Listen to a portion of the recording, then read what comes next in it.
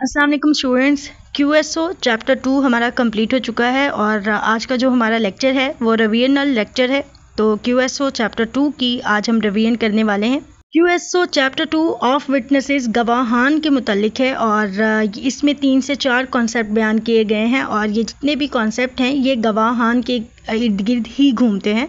ठीक है, सबसे पहले तो article number 3 and article number 17 हमें गवाहान की तादाद और कॉम्पिटेंसी के बारे में बताते हैं। फिर आर्टिकल नंबर 4 से आर्टिकल नंबर 14 तक हमें एक तो प्रिविलेज्ड कम्युनिकेशन का पता चलता है, यानी कि वो गुफ्तगू जिसको तहफ़्फ़ुज़ हासिल है, और दूसरा हमें उन विटनेसेस के बारे में पता चलता है जिनको कंपेल नहीं किया जा सकता गवाही देने के लिए।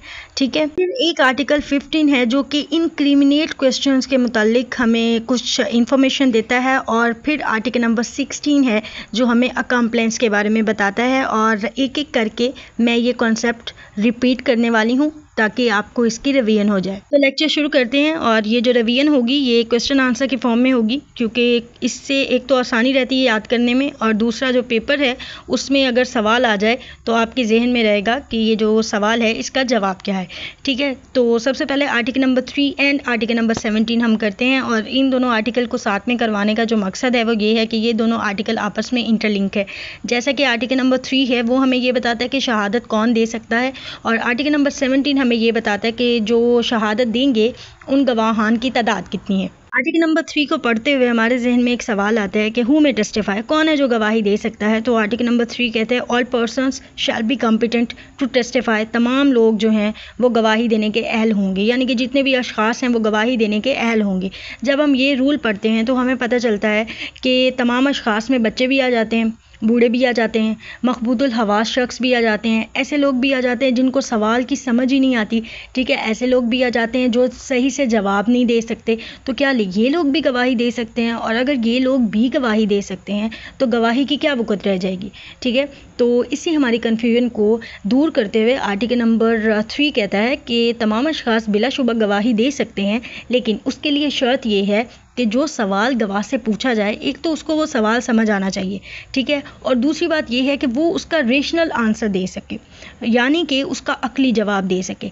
फिर आगे मज़ीद वो कहता है कि ऐसा शख्स जो फॉल्स एविडेंस देने में या पर्जरी के केस में कन्विक्टेड होगा, ऐसे शख्स की गवाही नहीं ली जा सकती। इन दो बातों से हम इस नतीजे पे पहुंचते हैं कि बिलाशुबा तमाम अशखास जो हैं वो गवाही देने के अहल हैं, लेकिन अगर कोर्ट ये समझती है कि जो शख्स गवाही देने आया है वो ज़ईफ़ है, ठीक है, वो मखबूतुल हवास है, या उसको सवाल की समझ नहीं आ रही और वो अक्ली जवाब नहीं दे सकता, तो फिर क्या है, वो कॉम्पिटेंट विटनेस नहीं होगा। और इसी के साथ ही अगर कोई शख्स ऐसा आ जाता है जो फॉल्स एविडेंस देता है और पर्जरी का केस है उस पर, तो क्या है, वो गवाही नहीं दे सकता। अब जब पर्जरी और फॉल्स एविडेंस का पॉइंट बयान करता है आर्टिकल नंबर 3, तो हमारे जहन में एक सवाल आता है कि बाज़ दफ़ा तो लोग नदामत का इजहार भी करते हैं, ठीक है, रिपेंटेंस भी कर लेते हैं, यानी कि माफ़ी भी मांग लेते हैं। तो क्या उस सूरत में भी उस शख्स पे वो जो जुर्म है, वो जो एक उस पर दाग लगा है, वो कभी भी ख़त्म नहीं हो सकता? तो फिर उसका जवाब हमें आर्टिकल नंबर 3 देता है कि अगर कोई शख्स रिपेंटेड हो जाता है, यानी कि नदामत कर लेता है, रुजू कर लेता है अपनी फॉल्स एविडेंस से या पर्जरी से, तो फिर क्या है, उसकी गवाही कॉम्पिटेंट होगी। लेकिन अगर वो नहीं करता है तो उसकी गवाही कॉम्पिटेंट नहीं होगी। इसके बाद फिर हमारे जहन में सवाल आता है कि ये जो कॉम्पिटेंसी है ये डिसाइड कौन करता है? कौन डिसाइड करेगा कि ये जो शख्स है ये रिपेंट हो गया है, ठीक है, इसने नदामत का इजहार किया है, तो इसकी गवाही ले ली जाए? तो ये जो कॉम्पिटेंसी है ये कौन डिसाइड करेगी? तो हमें आर्टिकल नंबर 3 कहता है कि ये जो कॉम्पिटेंसी है ये डिसाइड होगी कोर्ट के ज़रिए, यानी कि court shall be determine the competency of a witness. जो कोर्ट है वो कॉम्पिटेंसी डिसाइड करेगी किसी भी विटनेस की, और जो कॉम्पिटेंसी डिसाइड होगी वो होगी इंजक्शन ऑफ इस्लाम पे, यानी कि जो असूल इस्लाम में बयान किए गए हैं उनकी बुनियाद पे जो कॉम्पिटेंसी है वो डिसाइड होगी। फिर एक और सवाल है, मोस्ट इंपॉर्टेंट क्वेश्चन है कि क्या मखबूतुल हवास शख्स की गवाही और जो बच्चा है उसकी गवाही ली जा सकती है, यानी कि एक बच्चा और मखबूतुल हवास शख्स कॉम्पिटेंस विटनेस हैं या नहीं है? तो उसका जवाब है हाँ। किस शर्त पे? वो जो पहले वाली शर्त हमने बयान की है कि अगर वो सवाल को समझ सकते हैं और रेशनल आंसर दे सकते हैं तो उनकी गवाही ली जा सकती है। अगर इसके बरक्स बात है तो फिर वो कॉम्पिटेंस विटनेस नहीं है। अब हम बात करते हैं आर्टिकल नंबर 17 की, कॉम्पिटेंसी की हमने बात की, अब हम विटनेसेस की तादाद की बात करते हैं। आर्टिकल नंबर 17(1) हमें कहता है कि जो विटनेसेस की तादाद है जो रिक्वायर्ड होती है किसी भी केस में, वो जो हमने डिसाइड करनी है, हमने इस्लाम की बेस पे, यानी कि जो instruction of Islam Quran and सुन्ना में बयान की गई हैं उसकी बेस पे हमने डिसाइड करनी है। कॉम्पिटेंसी भी जो डिसाइड करनी है विटनेस की, वो भी कुरान एंड सुन्ना की बेस पे डिसाइड करनी है, और जो विटनेसेस की तादाद है वो भी हमने कुरान एंड सुन्ना की बेस पे डिसाइड करनी है। ठीक है, फिर क्वालिफिकेशन ऑफ विटनेसेस हैं। क्वालिफिकेशन ऑफ विटनेसेस में जो मेन क्वालिफिकेशन है वो ये है कि एक तो जो गवाह है वो गुलाम नहीं होना चाहिए, ठीक है, आज़ाद होना चाहिए, देखता हुआ बोलता हुआ होना चाहिए, समझदार होना चाहिए, ठीक है, उसको सवाल का जो मतलब है, सवाल जो पूछा गया है वो समझ आना चाहिए और वो सही से जवाब उसका दे सके।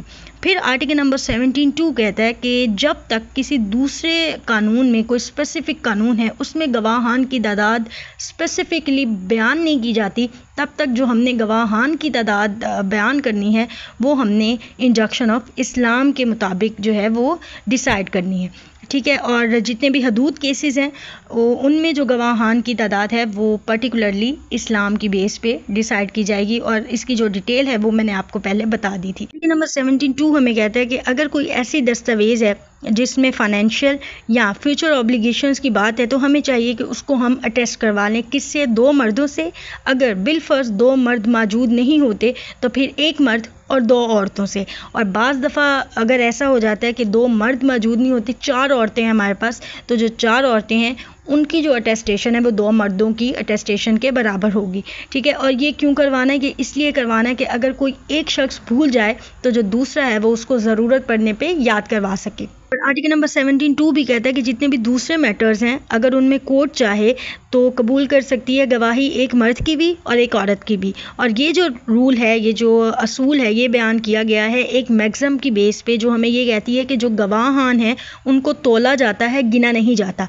ठीक है, और वो जो बात हमने की थी कि औरत की गवाही आधी है, तो उस चीज़ को भी ये रिपेल करती है कि बाज़ मामलात में औरत की गवाही मुकम्मल भी है। ये QSO चैप्टर 2 का पहला कॉन्सेप्ट है जिसमें विटनेसेस के बारे में बताया गया है। अब हम बात करते हैं विटनेसेस के तहफ़्फ़ुज़ की। ठीक है, चाहे आप इसको प्रिविलेज्ड कम्युनिकेशन का नाम दे दें, चाहे आप इसको जो है तहफ़्फ़ुज़ का नाम दे दें विटनेसेस का, यानी कि वो विटनेसेस जिनको कंपेल्ड नहीं किया जा सकता, मजबूर नहीं किया जा सकता जवाब देने के लिए।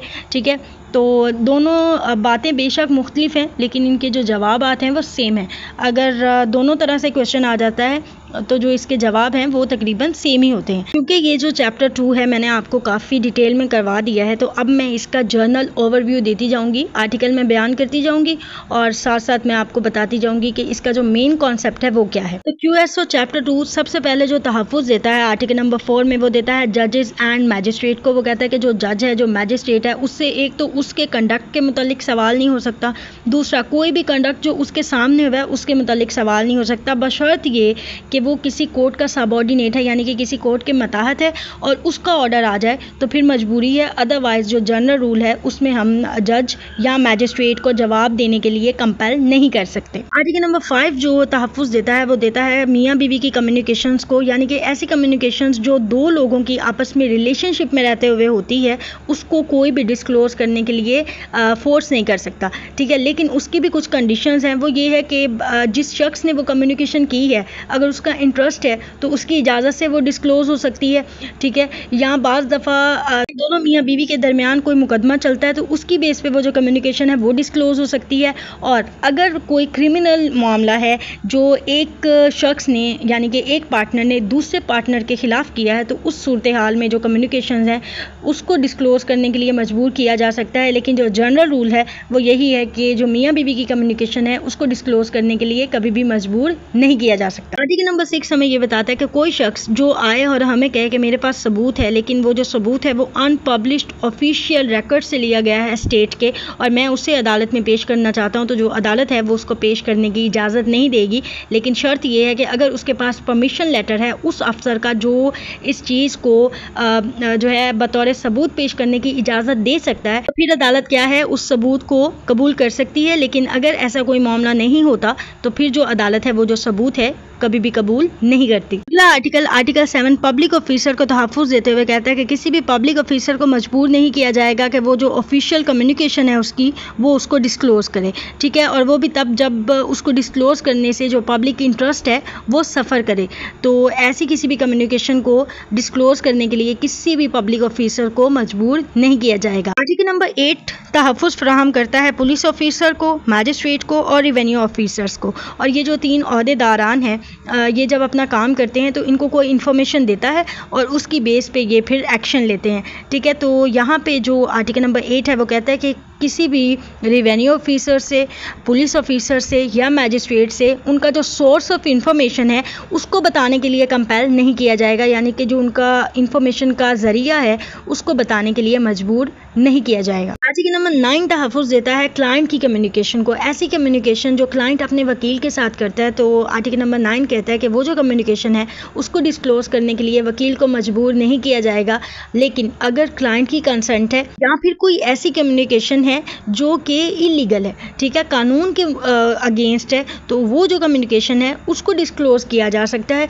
अदरवाइज जो दूसरी कम्युनिकेशन होती है, जो जर्नल कम्युनिकेशंस होती हैं या कोई इन्फॉर्मेशन होती है क्लाइंट की, तो उसको डिस्क्लोज़ करने के लिए एडवोकेट को मजबूर नहीं किया जा सकता। और आर्टिकल नंबर 10 हमें कहता है कि जो आर्टिकल नंबर 9 में असूल बयान किया गया है कि किसी एडवोकेट को कंपेल नहीं किया जा सकता, वो जो असूल है वो एडवोकेट के इंटरप्रिटेटर्स, क्लर्क्स एंड सर्वेंट पे भी अप्लाई होगा। आर्टिकल नंबर 11 हमें ये कहता है कि अगर कोई फ़रीक़ैन मुकदमा अपनी खुशी से या किसी भी दूसरी बिना पे शहादत देने के लिए तैयार हो जाता है, तो इसका मतलब ये नहीं है कि वो जो प्रोफेशनल कम्युनिकेशन को तहफ़्फ़ुज़ दिया गया है आर्टिकल नंबर 9 के तहत वो उससे हक़ वापस ले लिया जाएगा। लेकिन अगर वो जो फ़रीक़ैन है वो वकील को बतौर गवाह पेश करते हैं और उन बातों के मुतल्लिक उससे सवाल करते हैं जो कि प्रिविलेज्ड कम्युनिकेशन के अंडर आती थी, तो इस मौके पे वो जो राइट दिया गया है प्रिविलेज्ड कम्युनिकेशन का वो हम वेव्ड कर लेंगे, यानी कि उससे ले लेंगे। लेकिन अदरवाइज़ अगर इस तरह की कोई बात नहीं होती तो वकील को हम कंपेल नहीं कर सकते क्या करने के लिए, जवाब देने के लिए उन बातों का जो उसके क्लाइंट और उसके दरमियान हुई थी। अब जो आर्टिकल नंबर 12 है वो बात करता है क्लाइंट की, ठीक है। पहले बात हुई थी वकील की कि वकील को कंपेल नहीं किया जा सकता, तो आर्टिकल नंबर 12 कहता है कि क्लाइंट को भी कंपेल नहीं किया जा सकता कि वो अपने लीगल एडवाइज़र के साथ हुई अपनी कम्युनिकेशन को डिस्क्लोज़ करे। लेकिन अगर वो ख़ुद को बतौर गवाह पेश करता है तो फिर जो बात जानना अदालत के लिए ज़रूरी है उसका जवाब देने के लिए उसको कंपेल किया जा सकता है। अदरवाइज जनरल रूल क्या है कि उसको कंपेल नहीं किया जा सकता। आर्टिकल नंबर 13 तहफ़्फ़ुज़ देता है ऐसे शख्स को जो गवाह तो हो किसी मुकदमे में लेकिन किसी मुकदमे का फ़रीक ना हो, यानी कि ऐसा शख्स जो कि बतौर गवाह किसी मुकदमे में पेश हुआ है लेकिन पार्टी नहीं है उस मुकदमे की और उसके पास कोई ऐसा टाइटल डीड है, कोई प्रॉपर्टी का जो है डॉक्यूमेंट है, तो हम उस डॉक्यूमेंट को, उस टाइटल डीड को लाने के लिए वो जो गवाह है उसको मजबूर नहीं कर सकते। लेकिन अगर वो तहरीरी तौर पे लिख के देता है अपनी कंसेंट, यानी कि वो तहरीरी तौर पे अपनी कंसेंट ज़ाहिर करता है उस डीड को, उस डॉक्यूमेंट को शो करने की, तो फिर हम उसको कंपेल कर सकते हैं। और अगर उसने ऐसा नहीं किया तो हम उसको कंपेल नहीं कर सकते। और आर्टिकल नंबर 14 भी बात तो डॉक्यूमेंट्स की करता है। वो कहता है कि किसी शख्स को उसके जो डॉक्यूमेंट्स हैं उनको पेश करने के लिए मजबूर नहीं किया जा सकता उस शख्स की जानिब से कि अगर वो जो डॉक्यूमेंट्स हैं वो उस शख्स के पास होते जो मजबूर करना चाहता है तो वो भी जवाज़ रखता है उनको पेश ना करने का। तो इसी के साथ ही जो हमारा दूसरा कॉन्सेप्ट है प्रिविलेज्ड कम्युनिकेशन का और witness who can not be compelled, वो कंप्लीट होता है। अब हम बात करते हैं आर्टिकल नंबर 15 की। और जो आर्टिकल 15 है वो हमें कहता है कि कोई भी गवाह इस बात को बुनियाद बना के कि अगर ये जो सवाल पूछा गया है इसका जवाब उस गवाह ने दिया तो वो उसको मुजरिम साबित करेगा, जवाब देने से बख्शी हासिल नहीं कर सकता। यानी कि उसको इस्तिस्ना नहीं है कि वो इस बेस पे किसी सवाल का जवाब ना दे कि अगर उसने इस सवाल का जवाब दिया तो वो खुद मुजरिम साबित हो जाएगा, ठीक है। और अगर हम कंपेल करते हैं किसी गवाह को जवाब देने के लिए तो अब वो जो जवाब है वो इनक्रिमिनेट होता है, ठीक है, वो उसको खुद को मुजरिम साबित करता है। तो अब इसका मतलब ये नहीं है कि हमने खुद ही उसे कंपेल किया है और हम खुद ही उस पर क्या करें, कोई कार्रवाई शुरू कर दें, ठीक है, ये नहीं होगा। लेकिन अगर वो फॉल्स एविडेंस देता है तो इस सूरत में उस पर हम जो है कार्रवाई कर सकते हैं और अगर इसके अलावा कोई सूरत है तो हम उस पर कार्रवाई नहीं करेंगे। आर्टिकल नंबर 15 के बाद जो अगला और आखिरी कॉन्सेप्ट बयान किया गया है वो क्या गया है अकम्प्लेंस की गवाही का, ठीक है। और अकम्प्लेंस कौन होता है? वो होता है क्राइम पार्टनर, ऐसा शख्स जो किसी दूसरे शख्स की जुर्म करने में मदद करता है उसे हम कहते हैं अकम्प्लेंस। अब बात करते हैं अकम्प्लेंस की गवाही की। तो आर्टिकल 16 आम असूल के मुताबिक जो अकम्प्लेंस है उसकी गवाही ली जा सकती है, यानी कि जो अकम्प्लेंस है वो कॉम्पिटेंस विटनेस है। लेकिन कुछ मामलात ऐसे हैं जहाँ पे अकम्प्लेंस की गवाही वैलिड नहीं है, और वो कौन से मामलात हैं? वो ऐसे मामलात हैं जिन पे हद लागू होती है, यानी कि ऐसे केसेस जिन पे हद लागू होती है उन केसेस में हम अकम्प्लेंस की गवाही को कबूल नहीं कर सकते। दूसरी बात यह है कि ऐसा नहीं है कि हदूद के अलावा भी हम हर मामले में जो अकम्प्लेंस है उसकी कही गई हर बात को हम मान लेंगे, ऐसा बिल्कुल नहीं है, क्योंकि वो एक अनट्रस्टवर्थी विटनेस होता है। ये एक ऐसा विटनेस है जो खुद जुर्म का हिस्सा रहा होता है, तो इसकी बात को हमें तायीद की ज़रूरत होती है, हमें कोरोबोरेट करने की ज़रूरत होती है। और नेक्स्ट जो आर्टिकल नंबर 16 बयान करता है वो कहता है ऐसा नहीं है कि एक अकम्प्लेंस आता है, शरीके जुर्म आता है, वो गवाही देता है किसी के खिलाफ, तो हम उस गवाही की बेस पे वो जो शख्स है जो मुल्जिम बन के खड़ा है उसको मुजरिम मान लेंगे और उसके ऊपर जो है सज़ा आयद करेंगे। ऐसा बिल्कुल नहीं है, क्योंकि ये जो अकम्प्लेंस है ये खुद जुर्म का हिस्सा है और वक्त पड़ने पे ये किसी पे भी कोई भी इल्ज़ाम लगा सकता है। इससे हमें ये बात समझ आती है कि जो आर्टिकल नंबर 16 है उसके मुताबिक अकम्प्लेंस गवाही देने का अहल तो है,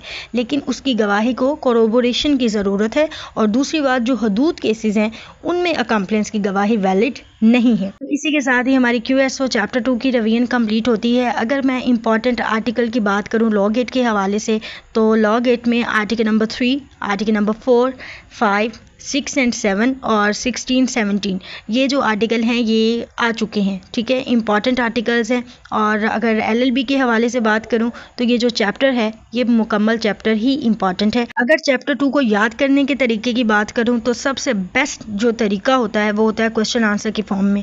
जब आप खुद से सवाल बनाते हैं और खुद से उसका जवाब देते हैं तो आपको इस तरीके से याद की गई चीज़ कभी भी नहीं भूलती, चाहे वो आप LLB के पेपर्स के लिए याद करें या आप लॉ गेट के लिए याद करें। तो मैंने अपनी मुकम्मल कोशिश की है चैप्टर 2 QSO के जितने भी कॉन्सेप्ट्स हैं वो क्लियर हो सकें, लेकिन अभी भी अगर कोई कन्फ्यूजन है या मैंने कोई चीज़ मिस की है तो आप मुझसे पूछ सकते हैं।